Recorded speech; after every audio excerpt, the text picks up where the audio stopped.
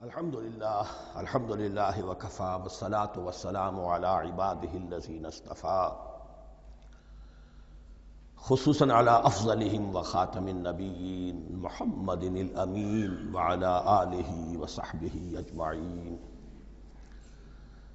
اما بعد فاعوذ باللہ من الشیطان الرجیم بسم اللہ الرحمن الرحیم افتطمعون ان یؤمنوا لکم وقد کان فریق منہم یسمعون کلام اللہ ثم یحرفونہ من بعد ما عقلوہ وہم یعلمون صدق اللہ العظیم رب اشرح لی صدری ویسر لی امری واحلل عقدۃ من لسانی یفقہوا قولی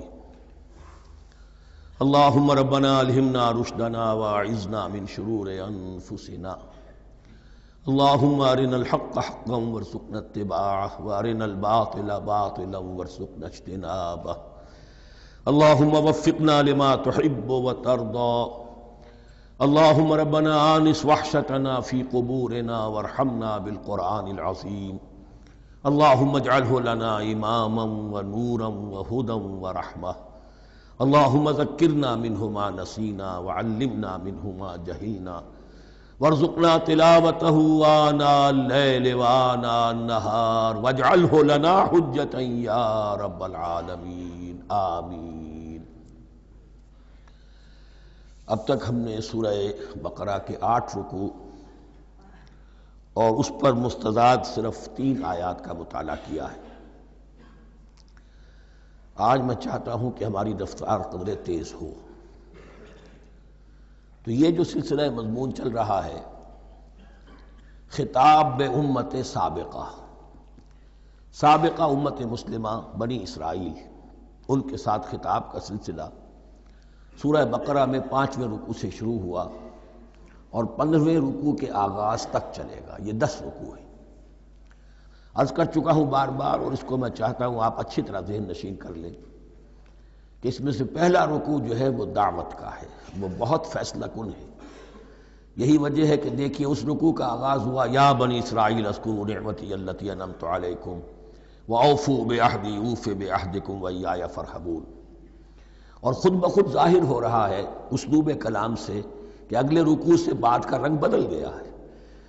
یا بنی اسرائیل اذکروا نعمتی التی انعمت علیکم وانی فضلتکم علی العالمین واتقوا یوما لا تجزی نفس عن نفس شیئا ولا يقبل منها شفاعة ولا يؤخذ منها عدل ولا هم ينصرون۔ یہ تہدید کا انداز ہے، دھمکی کا انداز ہے۔ تو میں نے عرض کیا تھا کہ 5واں رکوع اس خطاب میں بمنزلہ فاتحہ ہے، بہت اہم ہے، اور بقیہ جو 9 رکوع ہیں ان میں بریکٹ کا انداز ہے کہ 2 آیتوں سے بریکٹ شروع ہوتی ہے، انہی 2 آیتوں پر بریکٹ ختم ہوگی۔ یہ ملامت کا خطاب ہے، اور ان کے خلاف ایک مفصل فرد قرارداد جرم جو ہے وائد کی گئی ہے، جس کے نتیجے میں وہ اس منصب سے معزول کر دیے گئے جس پر 2000 برس سے فائز تھے، اور ان کی جگہ پر اب امت محمد، نئی امت مسلمہ علی صاحب الصلاۃ والسلام، اب اس کا نصب، اس کی انسٹالیشن، اور اس کی انسٹالیشن سیریمنی کے طور پر تحویل قبلہ کا معاملہ۔ یہ ربط کلام اگر سامنے نہ رہے تو انسان کھو جاتا ہے قرآن مجید کی طویل صورتوں کو پڑھتے ہوئے کہ بات کہاں سے چلی تھی، کدھر جا رہی ہے، کیا ربط ہے، کیا تعلق ہے، سیاق کلام کیا ہے۔ اس کو میں اس لیے بار بار، حالانکہ مجھے معلوم ہے کہ وقت کم ہے، لیکن میں اس چیز کو زیادہ اہمیت دے رہا ہوں۔ اب ان 9 رکوعوں کے مضامین میں کچھ تو واقعات ہیں، تم نے یہ کیا، تم نے یہ کیا، تم نے یہ کیا۔ ظاہر بات ہے ترجمہ تو کرنا ہوگا، کچھ مختصر وضاحت بھی کرنی ہوگی، لیکن ان کے تفصیل میں جانے کی ضرورت نہیں ہے۔ لیکن آپ نے دیکھا کہ کچھ واقعات کے بعد پھر کچھ ایسے یونیورسل ٹروتھس بیان ہوئے ہیں، ایسے عظیم حقائق کہ جو ابدی حقائق ہیں، ان کا کسی وقت سے، کسی قوم سے، کسی خاص گروہ سے تعلق نہیں، وہ تو اصول ہیں، سنت اللہ ہم انہیں کہہ سکتے ہیں، یہ اللہ کے جو عام قوانین ہیں، قواعد ہیں اس کائنات میں۔ ایک تو قوانین ہے طبعیہ، فزیکل لاز، ایک مورل لاز ہے کہ جو اس دنیا میں اللہ تعالیٰ کی طرف سے کار فرما ہے۔ تو جہاں وہ مورل لاز آتے ہیں جنہیں آپ کہا کرتے تھے جب بچپن میں کہانی پڑھی اور کہانی کے بعد لکھا اس کا مورل لیسن کیا ہے، اس کہانی سے سبق کیا حاصل ہوا، تو تھوڑے تھوڑے وقفے کے بعد وہ آیات آتی ہیں کہ جو اس گویا کہ اس سلسلہ کلام کے اندر یہ انتہائی اہمیت کی حامل ہیں، اس لیے کہ وہ یونیورسل اہمیت کی حامل ہیں، اور ان میں در حقیقت ایک رہنمائی پوشیدہ ہے موجودہ امت مسلمہ کے لیے۔ مثلا جتنا حصہ ہم اب تک پڑھ چکے ہیں ان میں سے پہلے تو وہ آیت یاد کیجئے وَضُرِبَتْ عَلَيْهِمُ الذِّلَّةُ وَالْمَسْكَنَةُ وَبَاءُوا بِغَضَبٍ مِّنَ اللَّهِ۔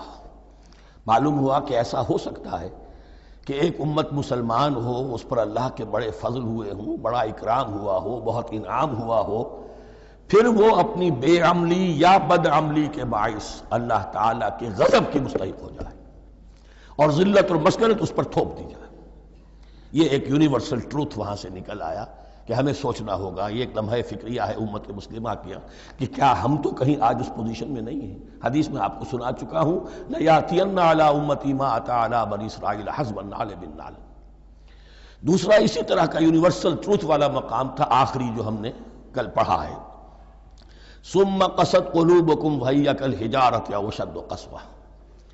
کسی مسلمان امت کا یہ حال بھی ہو سکتا ہے کہ ان کے دل اتنے سخت ہو جائیں کہ سختی میں پتھروں کو اور چٹانوں کو مات دے جائیں۔ یہ بھی ایک کیفیت ہے جو سامنے آئی، حالانکہ قوم وہ ہے انی فضلتکم علی العالمین، از کجا تاب کجا، لیکن یہ حقیقت بھی ہمارے سامنے آئی کہ یہ چیزیں جو ہیں اپنی جگہ پر امکانات میں سے ہیں۔ البتہ یہاں ایک بات میں عرض کر دوں کہ اس قساوت قلبی میں پوری امت برابر مسلط جو ہے مبتلا نہیں ہوا کرتی، اس میں امت کے جو قائدین ہوتے ہیں اور امت مسلمہ کے قائدین اس کے علماء ہوتے ہیں، سب سے زیادہ شدت کے ساتھ یہ خرابی ان میں آتی ہے، اس لیے کہ باقی لوگ تو پیروکار ہیں، پیچھے چلتے ہیں، وہ اعتماد کرتے ہیں کہ یہ ہے اللہ کی کتاب کے پڑھنے والے، یہ ہے تورات کے حامل، یہ جانتے ہیں، وہ ان کے پیچھے پیچھے چل رہے ہوتے ہیں۔ لیکن جو لوگ جان بوجھ کر اللہ کی کتاب میں تحریف کر رہے ہوں، انہیں تو پتہ ہے ہم کیا کر رہے ہیں۔ جو لوگ جان بوجھ کر حق کو پہچان کر اس کا انکار کر رہے ہیں، انہیں تو پتہ ہے کہ ہم کیا کر رہے ہیں۔ در حقیقت یہ سزا ان پر آتی ہے۔ یہ بات اب ان آیات میں جو آج ہم پڑھنے چلے ہیں بہت زیادہ واضح ہو جائے گی انشاءاللہ۔ فرمایا افتطمعون ان یؤمنوا لکم، تو اے مسلمانوں کیا تم یہ توقع رکھتے ہو کہ یہ ایمان لے آئیں گے تم پر، تمہاری بات مان لیں گے؟ ظاہر بات ہے مسلمانوں کو توقع تھی کہ مشرکین مکہ تو بہت دور تھے دین سے، توحید سے دور، رسالت کا کوئی تصور ہی نہیں، کتاب کوئی ان کے پاس تھی ہی نہیں۔ یہ تو یہود ہیں اور ان کے پاس تو کتاب رہی ہے، یہ موسیٰ کے ماننے والے ہیں، یہ توحید کے علم بردار ہیں، یہ آخرت کا بھی اقرار کرتے ہیں، تو انہوں کو جھٹپٹ مان لینا چاہیے۔ تو جو مسلمانوں کے دل میں، عام مسلمانوں کے دل میں جو حسن ظن تھا، اب در حقیقت یہ اس کو ایڈریس کیا جا رہا ہے افتطمعون ان یؤمنوا لکم، تمہیں بڑی طمع ہے، کوشش ہے، تمہاری خواہش ہے، آرزو ہے، تمنا ہے، توقع ہے کہ یہ بات مان لے گے تمہاری۔ وَقَدْ كَانَ فَرِيقٌ مِّنْهُمْ يَسْمَعُونَ كَلَامَ اللَّهِ ثُمَّ يُحَرِّفُونَهُ مِن بَعْدِ مَا عَقَلُوهُ وَهُمْ يَعْلَمُونَ، جبکہ حال یہ ہے کہ ان میں سے ایک جماعت، ایک گروہ وہ بھی ہے کہ جو اللہ کے کلام کو سن کر پھر اس میں تحریف کرتا رہا ہے، اس کے بعد کہ اس کو سمجھ لیتا تھا اور اچھے جان بوجھ کر تحریف کرتا تھا۔ اب ظاہر بات وہ گروہ کون ہوں گے؟ علماء ہی تو ہیں نا، عام آدمی تو تحریف نہیں کر سکتا تھا، تحریف کرنے والے تو علماء تھے۔ افتؤمنون ان یؤمنوا لکم وقد کان فریق منہم یسمعون کلام اللہ ثم یحرفونہ من بعد ما عقلوہ وہم یعلمون وَإِذَا لَقُوا الَّذِينَ آمَنُوا قَالُوا آمَنَّا۔ اب دیکھیے ایک بات بڑی عجیب سامنے آئے گی کہ جس طرح منافقین مسلمانوں میں تھے ایسے ہی منافقین یہود میں بھی تھے۔ یہود میں سے کچھ لوگ ایسے تھے کہ جب منکشف ہو گیا اور کچھ ان کی صالح فطرت بھی تھی، اب وہ آنا چاہتے تھے اسلام کی طرف، لیکن اپنے خاندان کو، گھر والوں کو، اپنے کاروبار کو، اپنے قبیلے کو چھوڑنا بھی ممکن نہیں تھا، اور قبیلوں کی سرداری جو ہے وہ ان کے علماء یہود کے پاس ہے۔ تو دل ان کے کچھ صاف ساتھ آ چکے تھے اہل ایمان کے، اور جب وہ اہل ایمان سے ملتے تھے تو کبھی کبھی باتیں بھی بتا، ہاں یہ بات جو محمد کہہ رہے یہ تورات میں لکھی ہوئی تھی، واقعی یہ بات یوں ہی تھی۔ اب اس کے بعد جب وہ جاتے تھے اپنے شیاطین کے پاس، وہی شیاطین ان کے علماء، ان کے بڑے سرکردہ لوگ، تو وہ جا کر انہیں ڈانٹ ڈپٹ کرتے تھے، بے وقوفو یہ کیا کر رہے ہو، تم یہ بات بتا رہے ہو انہیں تاکہ اللہ کے ہاں جا کر وہ تم پر حجت قائم کرے کہ انہیں پتا تھا اور پھر بھی انہوں نے نہیں مانا۔ اب یہ ان کا آپس کا مکالمہ ہو رہا ہے۔ وَإِذَا لَقُوا الَّذِينَ آمَنُوا قَالُوا آمَنَّا.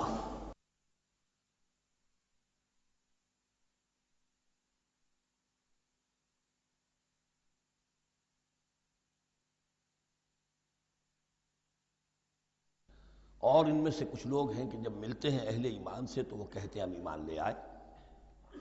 وَإِذَا خَلَا بَعْضُهُمْ إِلَىٰ بَعْضٍ، اور جب وہ خلوت میں ہوتے ہیں ایک دوسرے کے ساتھ، قالوا وہ کہتے ہیں اتحدثونہم، کیا تم بتا رہے ہو ان کو، بما فتح اللہ علیکم، وہ باتیں جو اللہ نے کھولی ہیں تم پر، لیحاجوکم بہ عند ربکم، کہ وہ تم پر حجت قائم کریں تمہارے رب کے پاس، کہ اللہ اس نے مانا تھا کہ ہاں تورات میں یہ ہے، تو تم ذرا عقل سے کام لو اور یہ حقیقتیں جو تورات کے ذریعے سے ہمیں معلوم ہے ان مسلمانوں کو مت بتاؤ. اس پر اللہ کا تبصرہ کیا ہے؟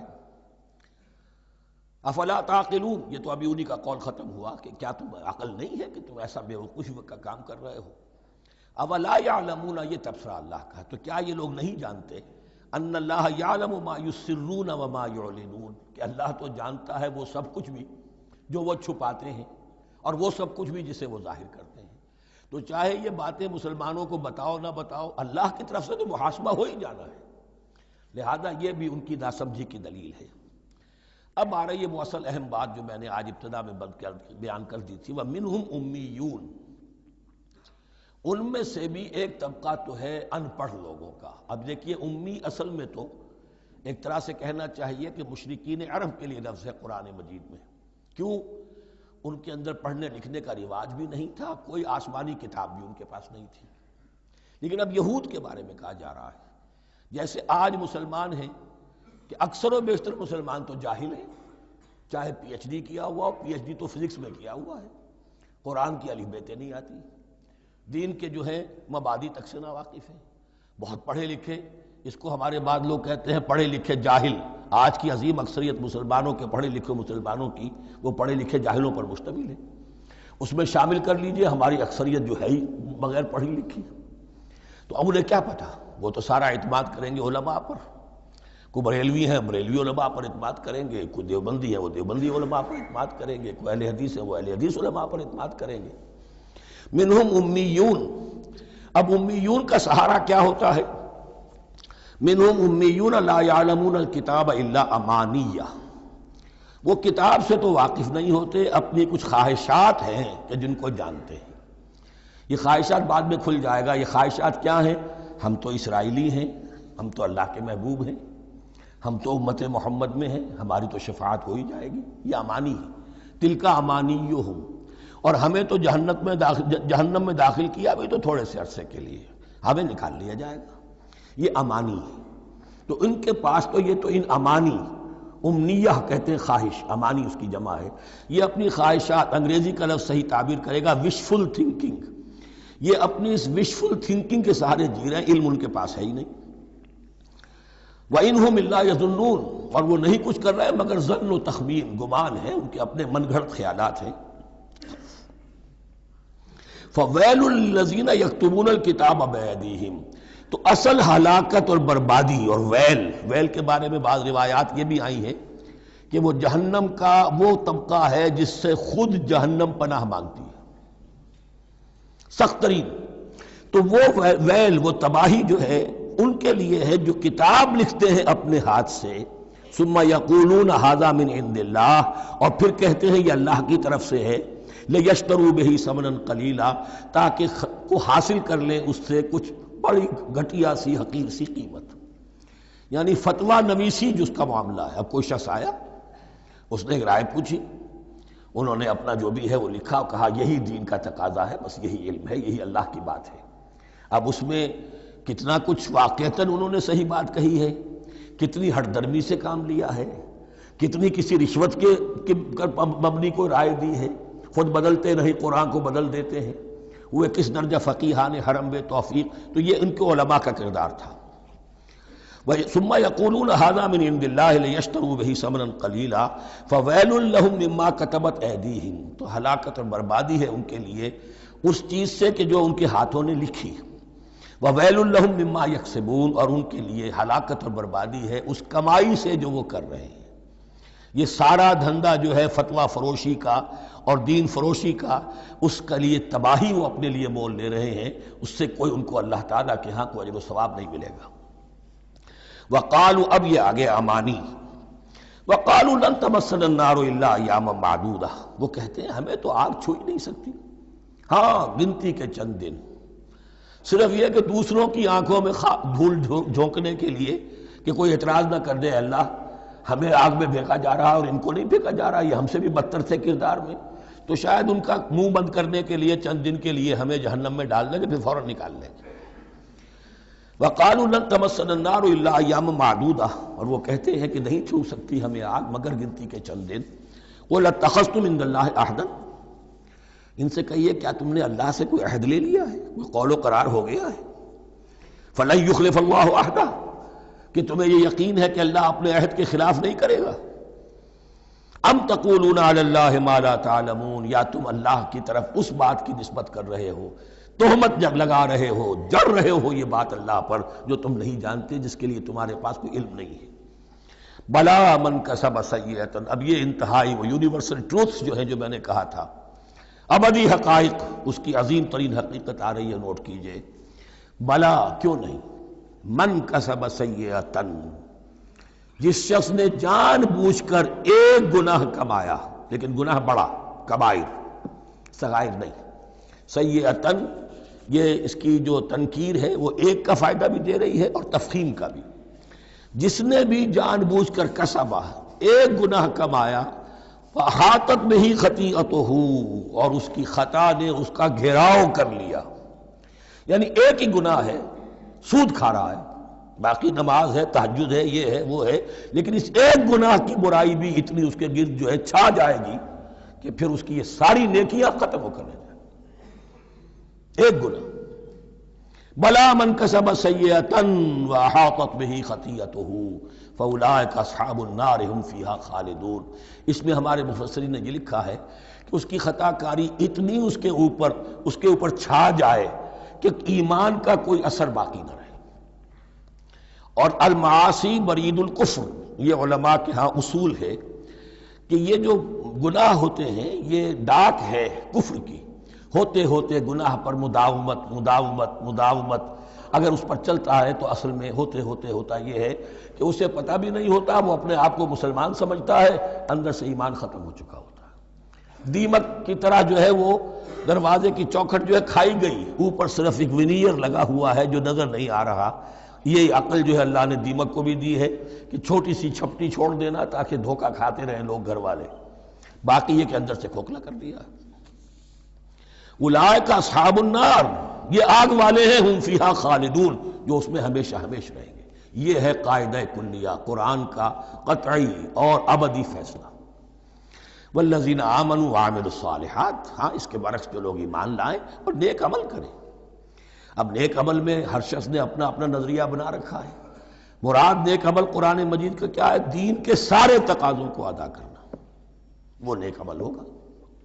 آپ نے ایک نیکی لے لی، یتیم خانہ کھول دیا، بڑی فاؤنڈیشن بنا دی، بیواؤں کا انتظام ہو رہا ہے، لیکن کاروبار میں سودی لین دین ہے، جھوٹ ہے، فریب ہے، دھوکہ ہے، سب چل رہا ہے، تو یہ نہیں۔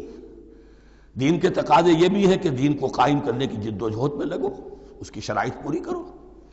تو فرمایا والذین آمنوا وعملوا الصالحات اولئک اصحاب الجنہ ہم فیہا خالدون، وہ ہیں جنت والے اور وہ اس میں ہمیشہ ہمیشہ رہیں گے۔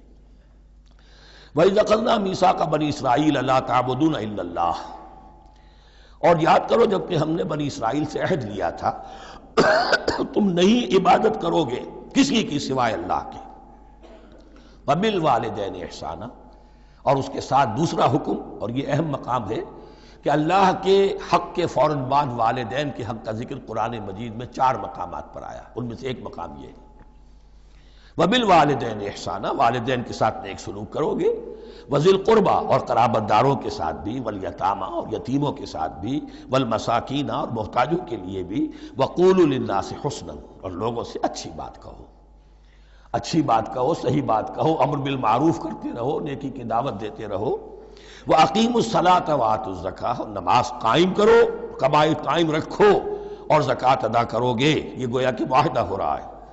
ثم تولیتم، پھر دیکھو تم نے اس سے پیٹھ موڑ لی، الا قلیلا منکم، سوائے تم میں سے تھوڑے سے لوگوں کے، وانتم معرضون، اور تم ہو ہی پھر جانے والے، تمہاری یہ عادت گویا کہ طبیعت ثانیہ ہے۔ اب ایک خاص مثال آ رہی ہے، اس کے بعد پھر ایک بہت بڑا یونیورسل ٹروتھ آئے گا۔ مثال کیا ہے؟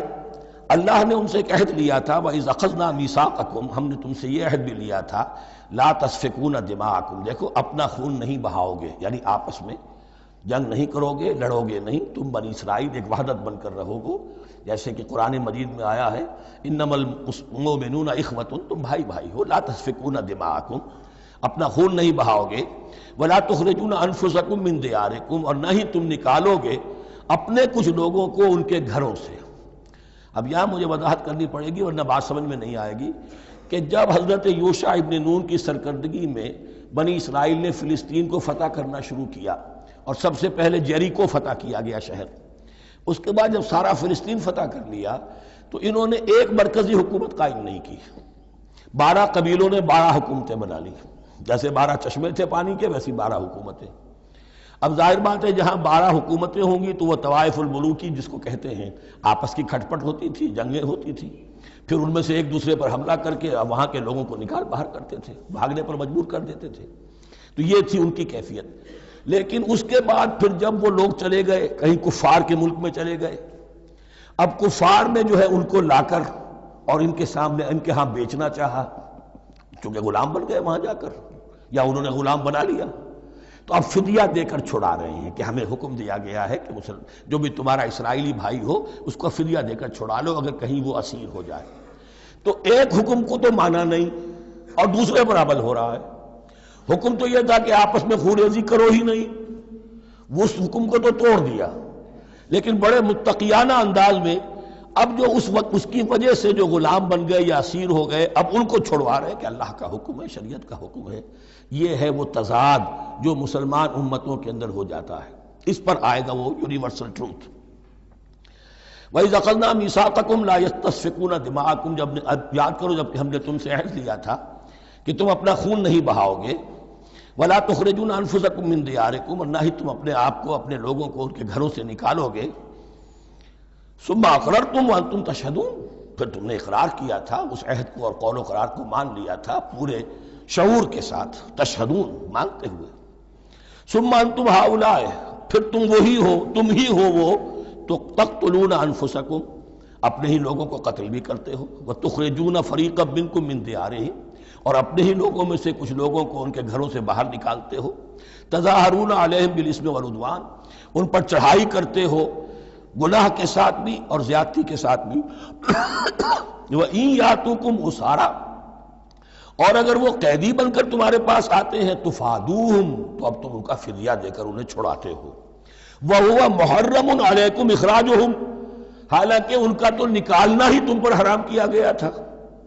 اب یہ واقعہ آپ نے پڑھ لیا، سمجھ لیا، اب دیکھیے اس سے جو سبق ہے، مورل لیسن ہے جو ابدی ہے، أَفَتُؤْمِنُونَ بِبَعْضِ الْكِتَابِ وَتَكْفُرُونَ بِبَعْضٍ، تو کیا تم ہماری شریعت کے ایک حصے کو مانتے ہو اور ایک کو نہیں مانتے؟ اب دیکھیے یہ الفاظ اب ہوں گے تعویل عام، جہاں کہیں بھی یہ طرز عمل ہوگا تو یہ آیت اس کو کور کرے گی۔ افتؤمنون ببعض الکتاب وتکفرون ببعض، تو کیا تم مانتے ہو ہماری کتاب کے ایک حصے کو اور ایک کو نہیں مانتے؟ فما جزاء من یفعل ذلک منکم، تو نہیں ہے کوئی سزا اس کی جو یہ حرکت کرے تم میں سے، الا خزی فی الحیات الدنیا، سوائے اس کے کہ دنیا کی زندگی میں رسوائی ہو، ذلت ہو، ویوم القیامہ، اور قیامت کے دن یردون الی اشد العذاب، وہ لوٹا دیے جائیں شدید ترین عذاب میں، وما اللہ بغافل عما تعملون، اور اللہ تعالیٰ غافل نہیں ہے اس سے جو تم کر رہے ہو۔ آج امت مسلمہ پر 100% یہ آیت منطبق ہو رہی ہے، پورے دین پر چلنے کو تیار نہیں، ہر گروہ نے کوئی ایک شے حلال کر لی اپنے لیے، ملازم پیشہ طبقہ ہے، رشوت حلال ہے، کیا کرے اس کے بغیر گزارا نہیں ہوتا، کاروباری طبقہ ہے، سود کیا کرے اس کے بغیر تو یہ کاروبار چلتا نہیں، فلاں ہر ایک کے لیے، ہر ایک نے، یہ جو طوائف ہے ان سے جا کے پوچھیے وہ بھی کہتے کیا کریں ہم، ہمارا ہی دھندا ہے، ہم بھی محنت کرتی ہیں، مشقت کرتی ہیں۔ ابھی ٹی وی پر میں نے دیکھا بنگال کی پروسٹیچیوٹس مسلمان جو ہیں ان کے کچھ انٹرویوز لیے گئے کہ ہم پر کیوں پابندی عائد کرنے کی کوشش کی جا رہی ہے، یہ بھی ایک محنت ہے جو ہم کرتی ہیں۔ اور یہ کہ ان میں سے آپ کو یہ بھی معلوم ہے کہ ان میں سے بعض ایسی ہوتی ہیں وہ جب محرم کے دن آئیں گے کالے کپڑے پہنیں گی، جلوسوں کے ساتھ ہوں گی، اور یہ مزاروں کے اوپر اکثر و بیشتر وہی ہوتی ہیں، دمال کھیلتی ہیں، جو کچھ کرتی ہیں وہ نیکی ان کے ہاں بھی ہے۔ تو نیکی اور بدی کا ایک امتزاج ہے۔ کل دین جب تک وہ نہ ہو تو اس کی سزا یہ ہے خزی فی الحیات الدنیا، وہ ہمارے اوپر ہے۔ ضربت علیہم الذلۃ والمسکنہ، وہ خز اور وہ ذلت اور مسکنہ تھوپ دی گئی ہے۔ باقی رہ گیا قیامت کا معاملہ، فیوم القیامت یردون الی اشد العذاب، شدید ترین عذاب میں۔ تو اپنے طرز عمل سے تو ہم اس کے مستحق ہو گئے ہیں، باقی اللہ تعالیٰ کی رحمت جو ہے دستگیری فرما لے اس کا اختیار ہے۔ لیکن دھمکی کا پھر انداز دیکھیے، وَمَا اللَّهُ بِغَافِلٍ عَمَّا تَعْمَلُونَ، اللہ غافل نہیں ہے اس سے جو تم کر رہے ہو۔ ہر سال عمرہ فرما کے آ رہے ہیں، کس رقم سے فرما کر آ رہے ہیں یہ اللہ کو معلوم ہے، یہ حلال سے کمائی تھی یا حرام سے۔ رمضان مبارک میں حرم میں پہلی صف میں جگہ ریزرو کرائی ہوئی ہے سیٹھ صاحب نے، اور وہاں کے شرطوں کو بھی رشوتیں دیتے ہیں، اور وہ سمجھتے ہیں کہ ہم تو سارا نہا دھو کر آ گئے، سال بھر جو بھی حرام کمائی کی تھی سب پاک ہو۔ اللہ نا واقف نہیں ہے، اللہ تمہاری داڑھیوں سے دھوکہ نہیں کھائے گا، اللہ تمہارے اماموں سے اور ابا اور قبا سے دھوکہ نہیں کھائے گا۔ He knows you through and through. He sees you through and through. وَمَا اللَّهُ بِغَافِلٍ عَمَّا تَعْمَلُونَ أُولَٰئِكَ الَّذِينَ اشْتَرَوُا الْحَيَاةَ الدُّنْيَا بِالْآخِرَةِ، یہ وہ لوگ ہیں جنہوں نے دنیا کی زندگی اختیار کر لی ہے آخرت کو چھوڑ کر۔ فَلَا يُخَفَّفُ عَنْهُمُ الْعَذَابُ وَلَا هُمْ يُنصَرُونَ، تو اب ان کے لیے نہ تو ان سے عذاب میں تخفیف کی جائے گی اور نہ ان کی کوئی مدد کی جائے گی۔ وَلَقَدْ آتَيْنَا مُوسَى الْكِتَابَ وَقَفَّيْنَا مِن بَعْدِهِ بِالرُّسُلِ، اور ہم نے موسیٰ کو کتاب دی تورات، اور قفینا من بعدہ بالرسل، اور پھر اس کے بعد پے بپے لگاتار ہم رسول بھیجتے رہے۔ ایک بات نوٹ کر لیجئے گا، لفظ رسول اور لفظ نبی میں کچھ فرق ہے، اس وقت تفصیل میں جانے کا موقع نہیں ہے، لیکن یہ تین جوڑے الفاظ کے ایسے ہیں قرآن مجید کی اصطلاحات کے کہ وہ تینوں مترادف کے طور پر بھی استعمال ہو جاتے ہیں اور علیحدہ علیحدہ اپنا مفہوم بھی رکھتے ہیں۔ اور اس کا ایک اصول یہ علماء نے بنایا ہے کہ اذا اجتمع تفرقا واذا تفرقا اجتمع۔ ایک ہے ایمان اور اسلام، اب یہ بھی مسلم مومن ایک ہی شے ہے، لیکن یہ کہ ایک شے تو نہیں ہے، کچھ فرق بھی ہے۔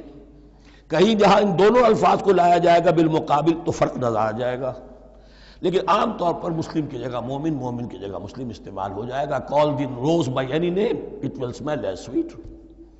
اس طرح جہاد اور قتال کا معاملہ ہے، دو الفاظ ہیں، مختلف ہیں، مفہوم جدا بھی ہے لیکن ایک دوسرے کی جگہ آ بھی جائیں گے۔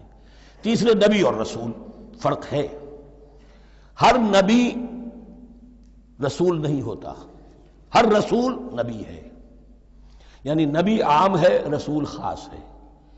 نبی کو جب کسی خاص قوم کی طرف معین طور پر بھیج دیا جاتا ہے تب وہ رسول ہو جاتا ہے، اس سے پہلے اس کی حیثیت ایک ولی اللہ کی ہے، بہت اعلیٰ درجے کا اللہ کا دوست اور ولی جس پر وحی آ رہی ہے۔ عام ولی اللہ میں اور نبی میں فرق یہ ہے، ان پر وحی آتی ہے، ان پر وحی نہیں آتی۔ لیکن اس نبی کو اگر اب آپ بھیج دیں گے کہ جاؤ اذهب الى فرعون، اب وہ رسول ہو گئے، جاؤ اب مدین کی طرف، الى مدین اخاہم شعیبا، اب رسول ہو گئے۔ تو یہ فرق ہے نبی اور رسول کا۔ جیسے آپ کے ہاں سی ایس پی کارڈر ہے، اب وہ ڈی سی بھی لگ سکتا ہے، کہیں وہ جوائنٹ سیکرٹری لگا ہوا ہے، کہیں ناپسندیدہ آدمی ہے تو او ایس ڈی لگایا ہوا ہے کہیں، لیکن اس کا کارڈر برقرار رہے گا، سی ایس پی تو ہے۔ اسی اعتبار سے ہر نبی ہر حال میں نبی ہے، لیکن اس کو اضافی کیفیت ملتی ہے رسول کی۔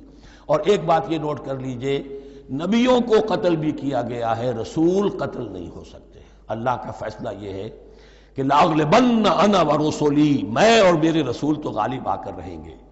جب بھی کسی قوم نے کسی رسول کی جان لینے کی کوشش کی ہے اس قوم کو برباد کر دیا گیا اور رسول اور اس کے ساتھیوں کو بچا لیا گیا۔ یہ معاملہ ہوا ہے اللہ کا تمام رسولوں کے ساتھ، نبیوں کے ساتھ نہیں۔ حضرت یحییٰ نبی تھے، قتل کر دیے گئے. حضرت عیسیٰ رسول تھے، قتل نہیں کیے جا سکتے تھے، ان کو زندہ آسمان پر اٹھا لیا گیا. اب وہی دوبارہ آئیں گے. تو رسول جو ہے وہ قتل نہیں ہوتا. اور اسی اعتبار سے حضور کی بڑی گہری تمنا تھی، لَوَدِدتُّ أَنْ أُقْتَلَ فِي سَبِيلِ اللَّهِ ثُمَّ أُحْيَا ثُمَّ أُقْتَلَ ثُمَّ أُحْيَا. میری بڑی خواہش ہے میں اللہ کی راہ میں قتل ہو جاؤں، پھر زندہ کیا جاؤں، پھر قتل کیا جاؤں، پھر اللہ کی راہ میں پھر زندہ کیا جاؤں، پھر قتل کیا جاؤں. لیکن اللہ نے یہ خواہش آپ کی پوری نہیں کی، اس لیے کہ آپ اللہ کے رسول تھے. اب یہاں نوٹ کیجئے گا، یہاں لفظ رسول تو آ گیا ہے لیکن یہ نبی کے معنی میں ہے. قَفَّيْنَا مِن بَعْدِهِ بِالرُّسُلِ، اس لیے کہ رسول حضرت موسیٰ کے بعد حضرت عیسیٰ ہی ہے. درمیان میں پروفٹس ہیں، یہ prophets of the old testament, یہ انبیاء ہیں، لیکن ان کے لیے لفظ رسول آ گیا ہے. وَآتَيْنَا عِيسَى ابْنَ مَرْيَمَ الْبَيِّنَاتِ وَأَيَّدْنَاهُ بِرُوحِ الْقُدُسِ، اور ہم نے عیسیٰ کو بڑی واضح نشانیاں دیں. حصی معجزات جتنے حضرت مسیح کو دیے گئے ہیں ویسے اور کسی نبی کو نہیں دیے گئے. یہ بعد میں تذکرہ آ جائے گا سورہ آل عمران میں. اور ہم نے مدد کی ان کی روح القدس کے ساتھ، حضرت جبرائیل کی خاص تائید انہیں حاصل تھی. ظاہر بات ہے، میں نے عرض کیا ہے کہ جو معجزہ ہوتا ہے وہ کسی نبی کی اپنی طاقت سے اس کا ظہور نہیں ہوتا، رسول کی کسی طاقت سے، یا کرامت کسی ولی اللہ کے اپنے اختیار میں نہیں ہوتی، یا اللہ کی طرف سے. اور اس کے لیے ظہور جو ہوتا ہے وہ فرشتوں کے ذریعے سے. أَيَّدْنَاهُ بِرُوحِ الْقُدُسِ أَفَكُلَّمَا جَاءَكُمْ رَسُولٌ بِمَا لَا تَهْوَىٰ أَنفُسُكُمْ. اب یہاں پر تبصرہ ہو رہا ہے جو بھی کچھ یہود نے کیا حضرت مسیح کے ساتھ، وہ چونکہ معلوم ہے اس کا تذکرہ نہیں کیا، صرف اس پر تبصرہ ہو رہا ہے. تو جب بھی کبھی تمہارے پاس کوئی رسول آیا، بِمَا لَا تَهْوَىٰ أَنفُسُكُمْ، وہ چیز لے کر جو تمہارے جیوں کو، تمہارے من کو بھائی نہیں، اچھی نہیں لگی، استکبرتم، تم نے استکبار کیا. وہی استکبار جو عزازیل نے کیا تھا اور ابلیس بن گیا. ابا واستکبر. استکبرتم ففریقا کذبتم وفریقا تقتلون. تو کچھ کو تو تم نے صرف ان کی تردید ہی کی اور کچھ کو تم نے قتل بھی کیا. تقتلون، تو یہ انبیاء کے قتل ہو سکتا ہے. اور نمبر 2 ایک رائے یہ دی گئی ہے، تقتلون جو ہے قتل تم نہیں آیا ہے، یہ فعل مضارع ہے، اور فعل مضارع کے اندر ایک فعل جاری رہتا ہے، ختم نہیں ہوتا. گویا کہ تم قتل کرنے کی کوشش کرتے رہے. بعض لوگوں کی تو جان کے در پہ ہو گئے. وَقَالُوا قُلُوبُنَا غُلْفٌ، اور انہوں نے کہا ہے کہ ہمارے دل تو غلافوں کے اندر بند ہیں. یہ اس کو ملائیے پہلی آیت جو آج ہم نے پڑھی ہے، أَفَتَطْمَعُونَ أَن يُؤْمِنُوا لَكُمْ. تو اے مسلمانوں، کیا تم یہ توقع رکھتے ہو اور چاہتے ہو کہ یہ تمہاری بات مان لیں گے؟ ان کی اس خواہش کے جواب میں جو وہ کہتے تھے وہ یہ قول ہے، وَقَالُوا قُلُوبُنَا غُلْفٌ، ہمارے دل غلافوں میں ہیں، میاں تمہاری بات ہم پر اثر نہیں کر سکتی، جاؤ کسی اور سے بات کرو. آج بھی آپ کو یہ الفاظ سننے کو مل جائیں گے، قلوبنا غلف، ہمارے دل تو غلافوں میں ہیں، بڑے مضبوط ہیں، مستحکم ہیں، تمہاری بات اس میں گھر کر ہی نہیں سکتی. بل لعنہم اللہ بکفرہم، یہ ہے تبصرہ. جس کو یہ کہہ رہے ہیں کہ ہمارے دل محفوظ ہیں اور غلافوں میں ہیں، حقیقت میں تو ان پر لعنت ہو چکی ہے اللہ کی طرف سے ان کے کفر کی وجہ سے. فقلیلا ما یؤمنون، تو واقعتاً اب کم ہی ہوں گے ان میں سے جو ایمان لائیں گے. وَلَمَّا جَاءَهُمْ كِتَابٌ مِّنْ اللَّهِ مُصَدِّقٌ لِّمَا مَعَهُمْ. اب یہاں پر ذکر ہو رہا ہے خود حضور صلی اللہ علیہ وسلم کا. اور جب آ گئی ان کے پاس کتاب اللہ کے پاس سے، یعنی یہ قرآن، مصدق لما معہم، جو اس کی تصدیق کرتے ہوئے آیا جو ان کے پاس ہے. میں اس کی وضاحت کر چکا ہوں. قرآن ایک طرف تصدیق کرتا ہے تورات اور انجیل کی، اور دوسری طرف وہ مصداق بن کر آیا ہے تورات اور انجیل کی پیشن گوئیوں کا. وَكَانُوا مِن قَبْلُ يَسْتَفْتِحُونَ عَلَى الَّذِينَ كَفَرُوا، اور ان کا حال یہ تھا کہ وہ آخری کتاب اور آخری نبی کے حوالے اور واسطے سے اللہ تعالیٰ سے فتح کی دعائیں کیا کرتے تھے کافروں کے خلاف.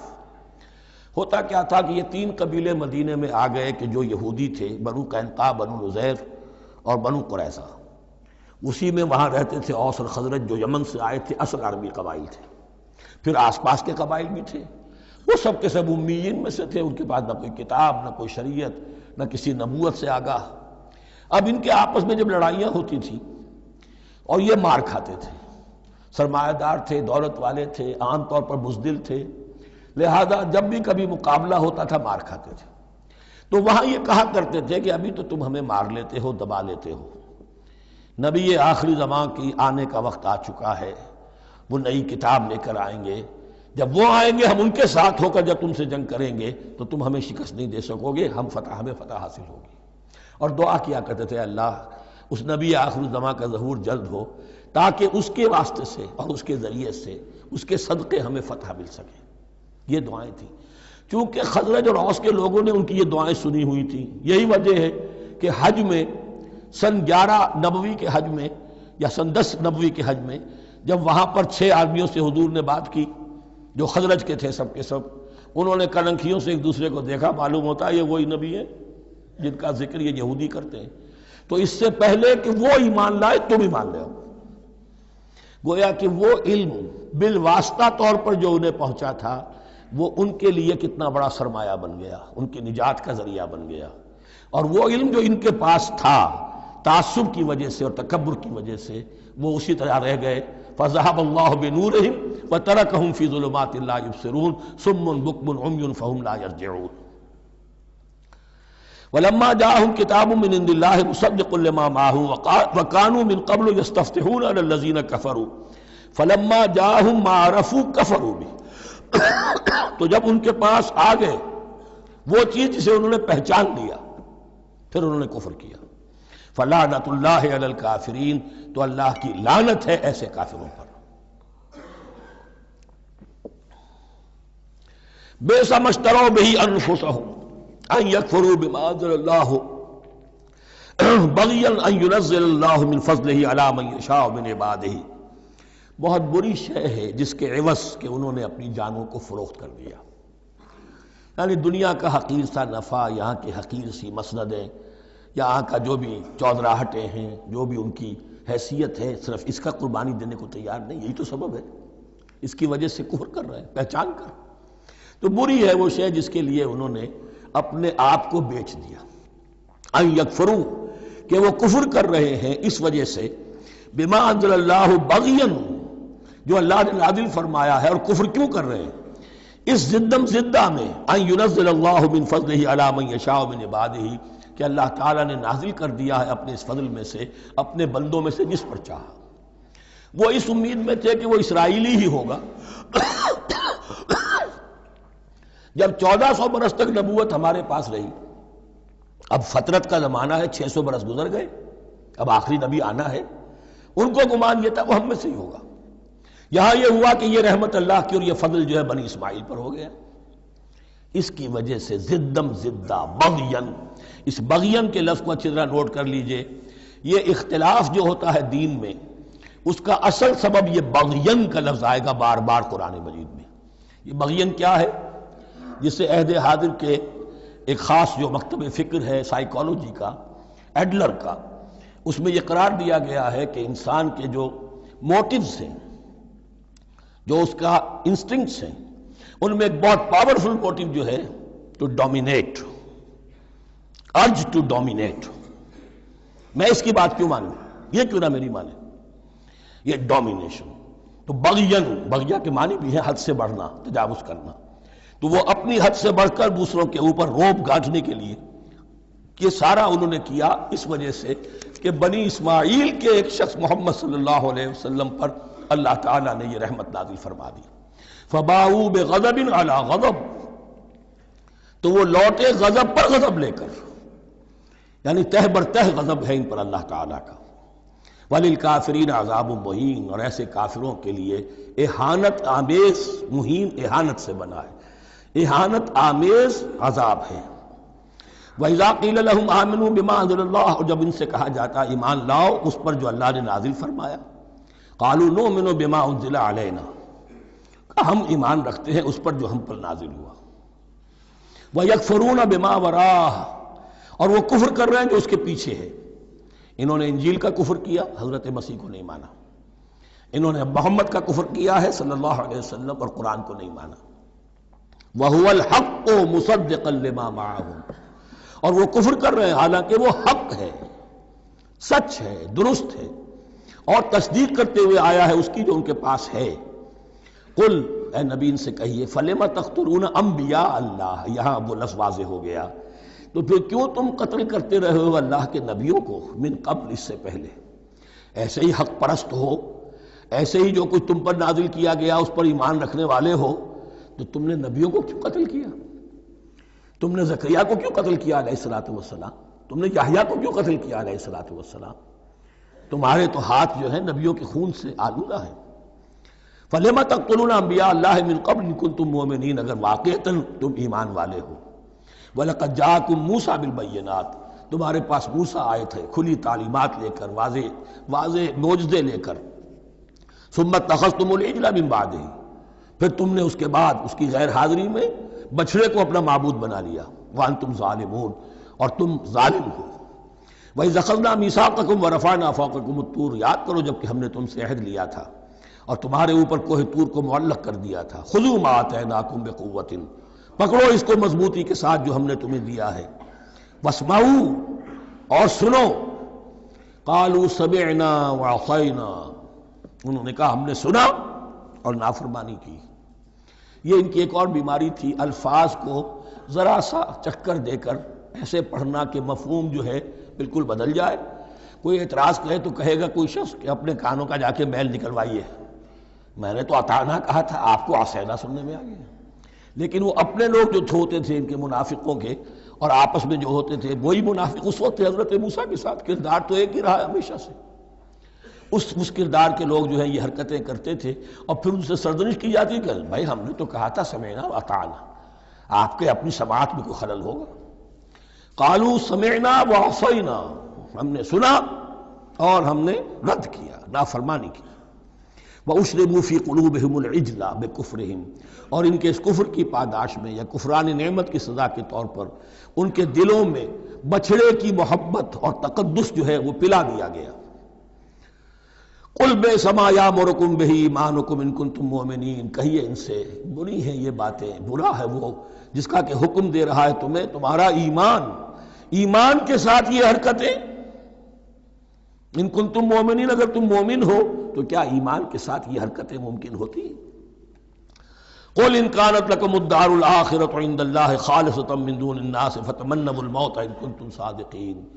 پھر یہ ایک یونیورسل ٹروتھ آ رہا ہے، بہت اہم، اس کو کرتے ہوئے خود انٹروسپیکشن کی ضرورت ہے پڑھتے ہوئے، کیونکہ ان کا یہ خیال تھا نحن ابناء اللہ واحباؤہ، ہم تو اللہ کے بڑے چہیتے ہیں، بڑے لاڈلے ہیں، اولیاء ہیں، ہم پسندیدہ لوگ ہیں، we are the chosen people of the lord, یہ ان کا کہنا جو ہے یہ تو ان کی بڑی کھلی بات ہے۔ اور ان کا کہنا ہے کہ آخرت کا گھر تو ہمارے لیے ہے ہی ہے، اٹھا لو۔ اب دیکھیے لٹمس ٹیسٹ ان کے سامنے رکھا جا رہا ہے، لیکن یہ لٹمس ٹیسٹ میرے اور آپ کے لیے بھی ہے۔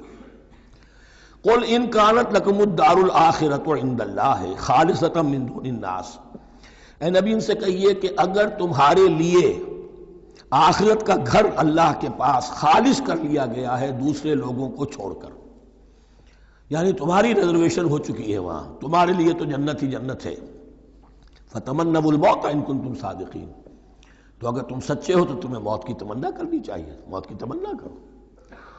اگر اتنا ہی یقین ہے جنت میں داخل ہونے کا تو دنیا میں رہنا تم پر گراں ہونا چاہیے۔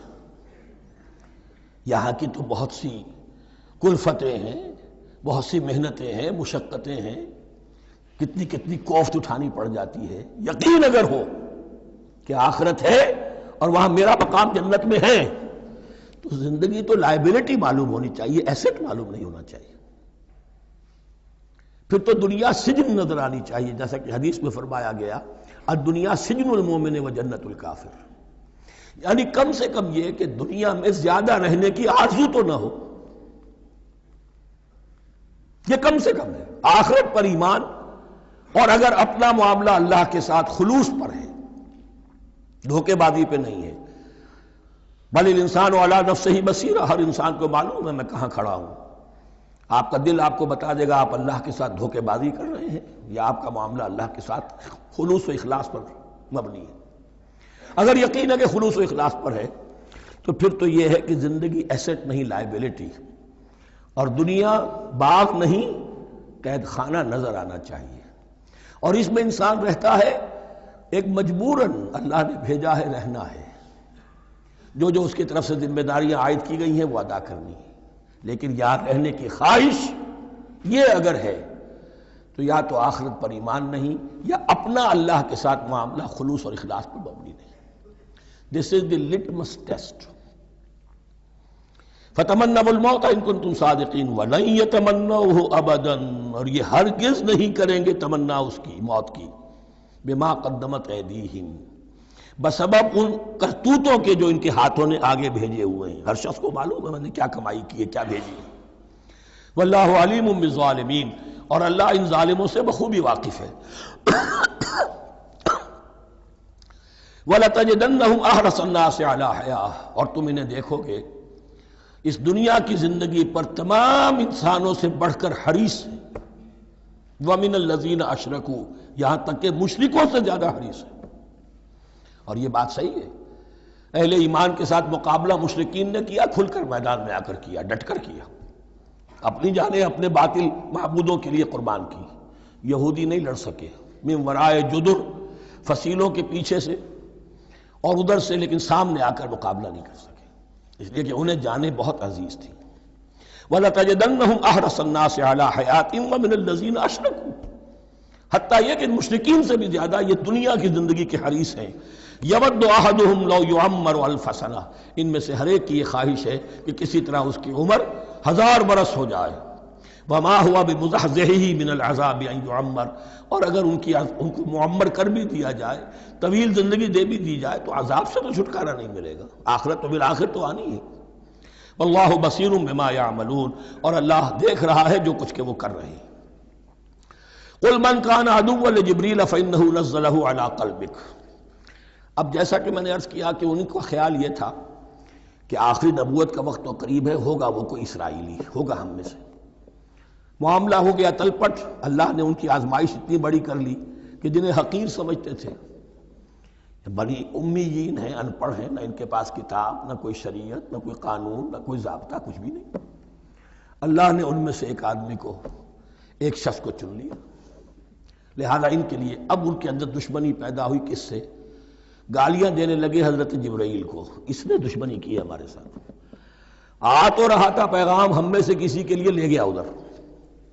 اور یہ بات آپ کو شاید بڑی عجیب لگے، لیکن یہ کہ شیخ احمد سرہندی رحمۃ اللہ علیہ نے اپنے مکاتیب میں یہ لکھا ہے کہ اہل تشیع کا ایک فرقہ ایسا بھی رہا ہے، میں نہیں جانتا کہ آج بھی ہے یا نہیں ہے، جس کو غرابیہ کہتے تھے. غرابیہ، ان کا عقیدہ یہ تھا کہ حضرت محمد صلی اللہ علیہ وسلم اور حضرت علی رضی اللہ تعالی عنہ، ان کی ارواح بالکل ایک دوسرے کے ایسے مشابہ تھیں جیسے ایک کوا دوسرے کوے کے مشابہ ہوتا ہے. غراب کوے کو کہتے ہیں. تو جبریل دھوکہ کھا گئے. وہ وہی اللہ نے بھیجی تھی علی کے لیے، لے گئے محمد کے پاس صلی اللہ علیہ وسلم. تو یہ بات جو شیخ احمد سرہندی کی لکھی ہوئی غرابیہ فرقہ ان کا، مجھے یہ نہیں معلوم کہ اب بھی ہیں یا نہیں ہے، لیکن یہ بات یہود کے ہاں جو ہے وہ موجود تھی. اور بات جان لیجئے، لَيَأْتِيَنَّ عَلَىٰ أُمَّتِي مَا أَتَىٰ عَلَىٰ بَنِي إِسْرَائِيلَ حَسْبَ النَّعْلِ بِالنَّعْلِ، اس کی حقیقت اور سے اور منکشف ہوتی چلی جائے گی. تو اب یہاں فرمایا قُلْ مَنْ كَانَ عَدُوًّا لِجِبْرِيلَ، اے نبی کہہ دیجئے جو کوئی بھی دشمن ہو گیا ہو جبرائیل کا، فَإِنَّهُ نَزَّلَهُ عَلَىٰ قَلْبِكَ بِإِذْنِ اللَّهِ، تو اس نے تو نازل کیا ہے اس قرآن کو آپ کے دل پر اللہ کے حکم سے. جبرائیل کا اپنا اختیار تو نہیں تھا. مصدقا لما بین یدیہ، اور یہ تصدیق کرتے ہوئے آیا ہے اس کی جو اس کے سامنے موجود ہے. وہدی وبشریٰ للمؤمنین، اور ہدایت اور بشارت ہے اہل ایمان کے لیے. اور اس کے بعد اب فرمایا جا رہا ہے کہ اللہ اور اس کے رسول اور اس کے ملائکہ یہ ایک آرگینک ہول ہیں، یہ ایک جماعت ہے. ان میں کوئی رکھنا نہیں ہو سکتا، ان میں کوئی اختلاف نہیں ہو سکتا. اگر کوئی جبریل کا دشمن ہے تو وہ اللہ کا دشمن ہے، اگر کوئی اللہ کے سچے رسول کا دشمن ہے تو وہ اللہ کا دشمن ہے، جبریل کا بھی دشمن ہے. من کان عدوا للہ وملائکتہ ورسلہ وجبریل ومیکال فإن اللہ عدو للکافرین. تو کان کھول کر سن لو، جو کوئی بھی دشمن ہے اللہ کا اور اس کے فرشتوں کا اور اس کے رسولوں کا اور جبرائیل کا اور میکائیل کا، تو اللہ تعالیٰ کی طرف سے بھی اعلان ہے کہ اللہ ایسے کافروں کا دشمن ہے. وَلَقَدْ أَنزَلْنَا إِلَيْكَ آيَاتٍ بَيِّنَاتٍ، اور اے نبی ہم نے آپ کی طرف نازل کر دی ہیں روشن آیات. وَمَا يَكْفُرُ بِهَا إِلَّا الْفَاسِقُونَ، اور انکار نہیں کرتے ان کا مگر وہی کہ جو سرکش ہیں. وَمَا يُضِلُّ بِهِ إِلَّا الْفَاسِقِينَ، تیسرے رکوع میں جو سورہ بقرہ کے الفاظ آئے تھے. اب کلما عہدوا عہدا نبذہ فریق منہم، تو جب بھی کبھی انہوں نے کوئی عہد کیا، اللہ سے میثاق کیا، اللہ کے رسولوں سے کوئی عہد کیا، نبذہ فریق منہم، ان میں سے ایک گروہ نے اس معاہدے کو پھینک دیا اٹھا کر، بل اکثرہم لا یؤمنون، بلکہ ان کی اکثریت جو ہے ایمان سے خالی ہے، جیسا کہ حال آج امت مسلمہ کا ہے۔ مسلمان ہیں، ایمان حقیقی، ایمان قلبی، یقین والا ایمان وہ کتنوں کو حاصل ہے؟ ڈھونڈ اب ان کو چراغ رخ زیبا لے کر۔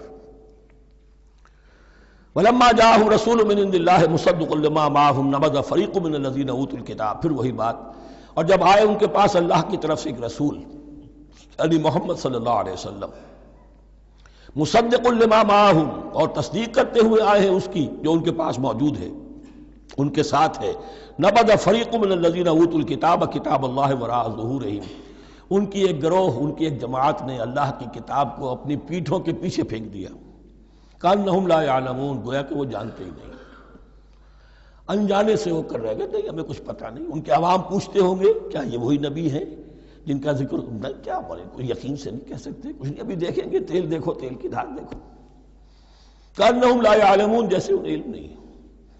وَاتَّبَعُوا مَا تَتْلُو الشَّيَاطِينُ عَلَىٰ مُلْكِ سُلَيْمَانَ، اب ایک اور حقیقت نوٹ کیجئے، جب کسی مسلمان امت میں دین کی اصل حقیقت، اصل تعلیمات سے بہت پیدا ہوتا ہے تو رجحان کدھر ہو جاتا ہے؟ جادو، ٹونا، ٹوٹکا، تعویذ، عملیات، قرآن کی عملیات۔ قرآن اترا تھا کسی اور کے لیے، کام کے لیے، یہ اس کو ذریعہ بناتے ہیں دشمن کو زیر کرنے کے لیے۔ محبوب آپ کے قدموں میں آ کر گرے گا، عمل قرآنی ہے، اتنے 100 روپے کا آپ لے جائیے تو مل جائے گا۔ یہ دندے ہمارے ابھی چل رہے ہیں، خوب چلتے ہیں، اور میں سمجھتا ہوں کہ سب سے زیادہ فلرشنگ کاروبار جو ہے وہ اس طرح کا ہے۔ ہینگ لگے نہ پھٹکڑی، نہ آپ کو کوئی اس میں محنت کرنے کی ضرورت ہے، نہ اس کے اندر آپ کو انویسٹ کرنے کی ضرورت ہے، اور کاروبار چلتا ہے۔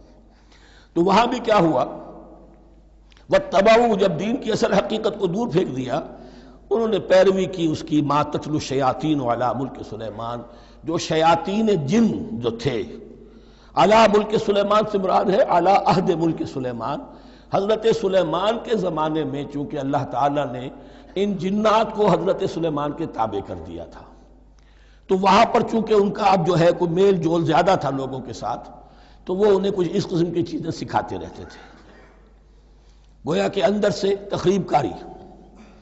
وَاتَّبَعُوا مَا تَتْلُو الشَّيَاطِينُ عَلَىٰ مُلْكِ سُلَيْمَانَ وَمَا كَفَرَ سُلَيْمَانُ وَلَٰكِنَّ الشَّيَاطِينَ كَفَرُوا، اور سن لو، سلیمان نے کبھی کفر نہیں کیا، بلکہ یہ شیاطین تھے کہ جو کفر کرتے تھے۔ جادو کفر ہے، لیکن آپ کو نقش سلیمانی آج تک بھی لفظ ملے گا، نقش سلیمانی۔ آج بھی مسلمان بھی ان چیزوں کو حضرت سلیمان کی طرف منسوب کر رہے ہیں، وہ ظلم اب بھی جاری ہے۔ وَمَا كَفَرَ سُلَيْمَانُ وَلَٰكِنَّ الشَّيَاطِينَ كَفَرُوا يُعَلِّمُونَ النَّاسَ السِّحْرَ، وہ لوگوں کو جادو سکھاتے تھے۔ وَمَا أُنزِلَ عَلَى الْمَلَكَيْنِ بِبَابِلَ هَارُوتَ وَمَارُوتَ، اور جو کچھ نازل کیا گیا 2 فرشتوں پر، ہاروت اور ماروت پر، بابل میں۔ بابل یہ ہے پرانا عراق، بیبلونیا۔ نبوکدنضر بھی بیبلونیا کا بادشاہ تھا، نمرود بھی بیبلونیا کا بادشاہ تھا، عراق کے بادشاہوں کا لقب ہی تھا نمرود، نماردہ اس کی جمع ہے۔ تو حضرت سلیمان کی حکومت جب تھی تو وہاں پر یہ لوگ جنات جو ہیں وہ اس قسم کی تخریب کاری کر رہے تھے، تو اللہ تعالیٰ نے آخری آزمائش کے لیے 2 فرشتوں کو زمین پر اتارا، اور وہ انسانی شکل میں لوگوں کو جادو سکھاتے تھے، بتاتے بھی جاتے تھے دیکھو جادو کفر ہے، ہم سے مت سیکھو، لیکن اس کے باوجود لوگ سیکھتے تھے، تو گویا کہ ان پر اتمام حجت ہو گیا کہ اب ان کے اندر خباثت جو ہے پوری طریقے سے گھر کر چکی ہے۔ وَمَا يُعَلِّمَانِ مِنْ أَحَدٍ، اور وہ نہیں سکھاتے تھے کسی کو بھی، حَتَّىٰ يَقُولَا إِنَّمَا نَحْنُ فِتْنَةٌ فَلَا تَكْفُرْ، یہاں تک کہ وہ کہہ دیتے تھے کہ دیکھو ہم تمہاری آزمائش کے لیے بھیجے گئے ہیں، ہم فتنہ ہیں، تو تم کفر مت کرو۔ فَيَتَعَلَّمُونَ مِنْهُمَا مَا يُفَرِّقُونَ بِهِ بَيْنَ الْمَرْءِ وَزَوْجِهِ، تو وہ سیکھتے تھے ان دونوں سے وہ شے کہ جس کے ذریعے سے تفریق کر سکیں ایک شخص اور اس کی بیوی کے درمیان، تفرقہ ڈالنا گھروں کے اندر، فساد۔ اب بھی یہ عورتوں کے اندر یہ کام بڑی تیزی کے ساتھ چلتے ہیں، تعویذ اور دھاگے اور کیا کوئی گنڈے چلتے ہیں۔ وما هم بضارین بہ من احد، اور نہیں تھے وہ ضرر پہنچانے والے کسی کو کچھ بھی الا باذن اللہ۔ ایمان کا تقاضا یہ ہے کہ چاہے کوئی دوا ہو وہ بھی باذن رب کام کرے گی، ورنہ نہیں۔ کوئی اور اسباب طبیعیہ ہیں، ان کے بھی اثرات ظاہر ہوں گے اگر اللہ چاہے گا، اس کے بغیر کچھ نہیں ہو سکتا۔ جادو کا بھی اثر ہوگا تو اللہ کے اذن سے ہوگا۔ تو بندہ مومن کو ڈٹے رہنا چاہیے اور مقابلہ کرنا چاہیے۔ وما هم بضارین بہ من احد الا باذن اللہ ویتعلمون ما یضرهم ولا ينفعهم، اور وہ سیکھتے تھے ان سے وہ چیزیں جو ان کے لیے مضرت بخش تھیں، ضرر پہنچانے والی، اور انہیں نفع نہیں پہنچاتی تھی۔ وَلَقَدْ عَلِمُوا لَمَنِ اشْتَرَاهُ مَا لَهُ فِي الْآخِرَةِ مِنْ خَلَاقٍ، حالانکہ یہ بات ان کے علم میں آ چکی تھی کہ جس نے بھی اس چیز کو حاصل کیا، جادو سیکھا، اس کا پھر آخرت میں کوئی حصہ نہیں ہے۔ وَلَبِئْسَ مَا شَرَوْا بِهِ أَنفُسَهُمْ، اور بری تھی وہ چیز جس کے لیے انہوں نے اپنے آپ کو فروخت کر دیا۔ لَوْ كَانُوا يَعْلَمُونَ، کاش کہ انہیں علم ہوتا۔ وَلَوْ أَنَّهُمْ آمَنُوا وَاتَّقَوْا، اور اگر وہ ایمان رکھتے اور تقوی کی روش اختیار کرتے، لَمَثُوبَةٌ مِّنْ عِندِ اللَّهِ خَيْرٌ، تو بدلہ پاتے اللہ کی طرف سے بہت ہی اچھا، بہت خیر۔ لَوْ كَانُوا يَعْلَمُونَ، کاش کہ ان کو معلوم ہوتا۔ یا ایھا الذین آمنوا لا تقولوا رائنا وقولوا انظرنا واسمعوا، اب ایک اور مثال ان کی، وہ تو تھے منافقین بنی اسرائیل جن کا ذکر ہوا، سمعنا وعصینا۔ اب یہاں یہ منافقین جو یہاں پر مسلمانوں میں شامل ہو گئے تھے، یہود کے زیر اثر لوگ، اور آ گئے ہیں مسلمانوں میں بھی۔ اب ان کا معاملہ کیا تھا؟ جب حضور صلی اللہ علیہ وسلم کی محفل میں بیٹھتے تھے تو جیسے ہوتا ہے، آپ نے کوئی بات فرمائی تو اگر فرض کیجئے کہ ادھر کے لوگوں نے نہیں سنی، بات سمجھ میں نہیں آئی، تو وہ ان سے درخواست کرتے تھے رعاینا، حضور ذرا ہماری رعایت کیجئے، بات کو دوبارہ دہرا دیجئے، ہماری سمجھ میں نہیں آیا۔ اب اس کا وہ کیا کرتے تھے یہودی، یا یہ ان کے یہودیوں کے زیر اثر منافقین، رعاینا، اے ہمارے چرواہے، گویا کہ دل میں خوش ہو رہے ہیں، خباثت نفس اس کو غذا مل رہی ہے، ہم نے تو رعاینا کہہ دیا۔ کسی نے اگر ٹوک دیا، بابا میں نے رعاینا کہا تھا، معلوم ہوتا ہے آپ کی سماعت میں اس کو خلل پیدا ہو چکا ہے، یہ انداز۔ تو مسلمانوں سے کہا جا رہا ہے، یہ واحد آیت ہے اس پورے سلسلے میں جس میں خطاب یا ایھا الذین آمنوا سے ہے، لیکن اصل میں روح سخن اب بھی بنی اسرائیل کی شرارت ہے۔ یا ایھا الذین آمنوا لا تقولوا رعاینا وقولوا انظرنا واسمعوا، دیکھو تم اس لفظ ہی کو چھوڑ دو، اہل ایمان تم مت کہا کرو رعاینا، تم کہا کرو انظرنا، اے نبی ہماری طرف توجہ فرمائیے، یا ہمیں مہلت دیجیے۔ نظر کے دونوں معنی ہیں، دیکھنا، ہمیں دیکھیے، اور انتظار بھی اسی سے بنا ہے، ذرا سی مہلت دیجیے۔